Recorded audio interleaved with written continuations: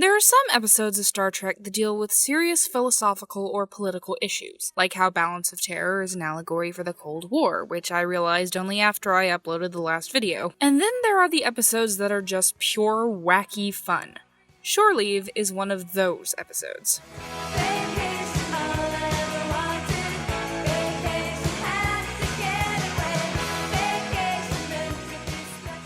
We open on, frankly, one of the most bizarre exchanges between Kirk and Spock in the entire series. I won't play the whole scene for fear of invoking the wrath of the YouTube copyright overlords, but let me summarize. Kirk gets kink in my back. Yeoman Barrows here goes to massage it. Jim thinks it's Spock massaging his back.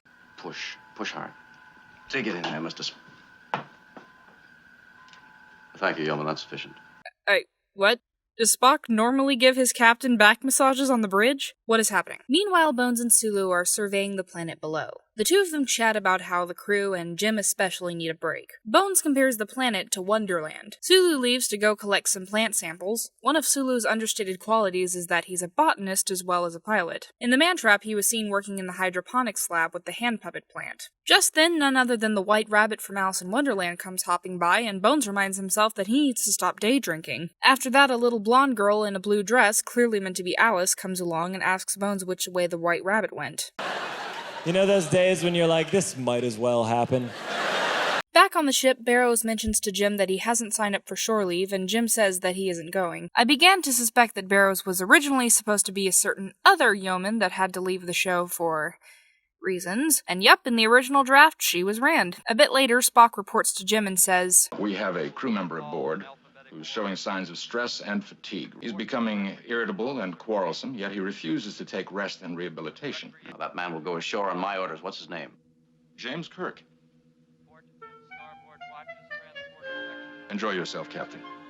Congratulations, you played yourself. On the surface, Lieutenant Martin and Officer Rodriguez are taking readings, and Martin is trying to flirt with Rodriguez. Damn, lady, you moved on fast. Didn't you lose your husband literally 1 episode ago? Kirk calls her Teller, but she's credited as the same character from Balance of Terror. Kirk and Barrows beam down and meet up with Bones, who shows them the giant rabbit tracks, proving that he wasn't hallucinating. Kirk radios up to the ship and tells everyone to stay put for now. Before I bring my people down here, I want proof it's harmless.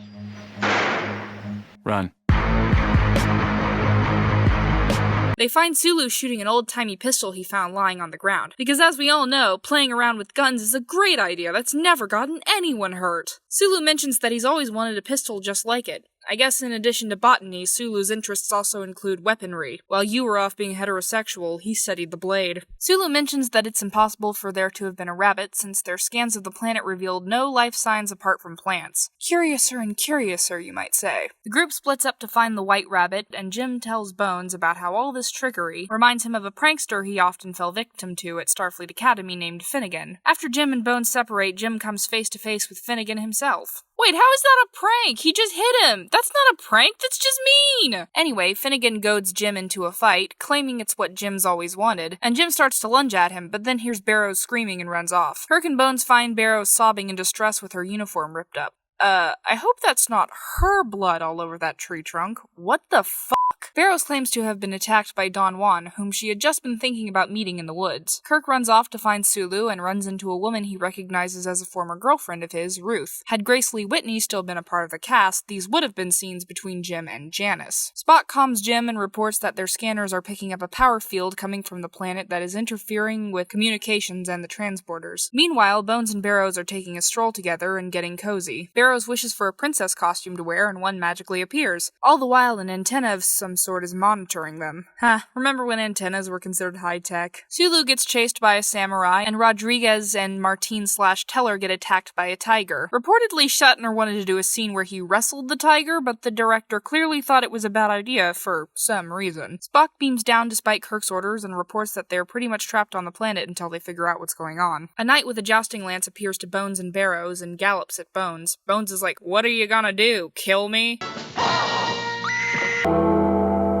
The crew find that the knight is made of plant matter and realize that all the weird stuff on this planet is being manufactured somehow. Elsewhere, Martin and Rodriguez are being chased by a fighter plane and Martin is gunned down. At least now she's with her husband?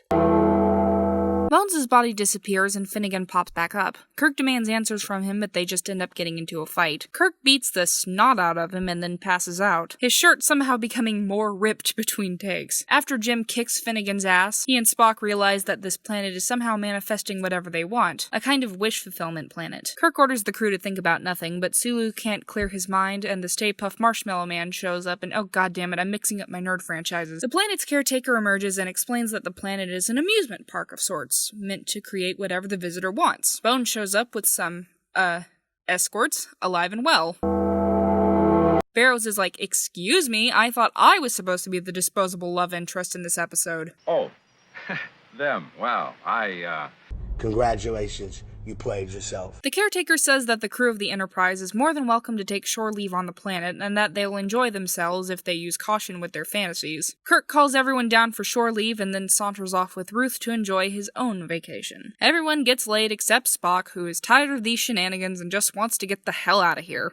Yeah, there's not much to talk about here thematically. The episode is just really fun. Like the Naked Time, we get a glimpse into these characters' desires. Sulu wants action and adventure, Jim and Bones are both looking for romance. I wonder what Spock might have manifested, or Uhura, or Scotty. I can just see Chapel imagining some kind of Austen-esque fantasy for herself where Spock is Mr. Darcy and she's Elizabeth. I also find it interesting that Jim is revealed to have been bullied in the past. Remember when Gary said Jim was a huge bookworm back at the Academy? And when Jim was playing Spock at chess and winning? You'd expect Jim to have been a quarterback type in school, not a nerd who gets picked on. Not that people can't have layers. Shore Leave went through extensive rewrites by Gene Roddenberry during filming. The original script submitted by science fiction writer Theodore Sturgeon was thought to be too surreal, so production was kind of a shit show. It makes me wonder if Jim's subplot about being overworked isn't a product of Roddenberry's own feelings of exhaustion. Roddenberry had apparently been working non-stop for 2 years, first on The Lieutenant and then Trek. Both his wife Majel Barrett and his doctor both had to tell him to slow down. Ironically, after Shore Leave was approved with NBC, Roddenberry himself went on vacation. But you know who's not going on vacation?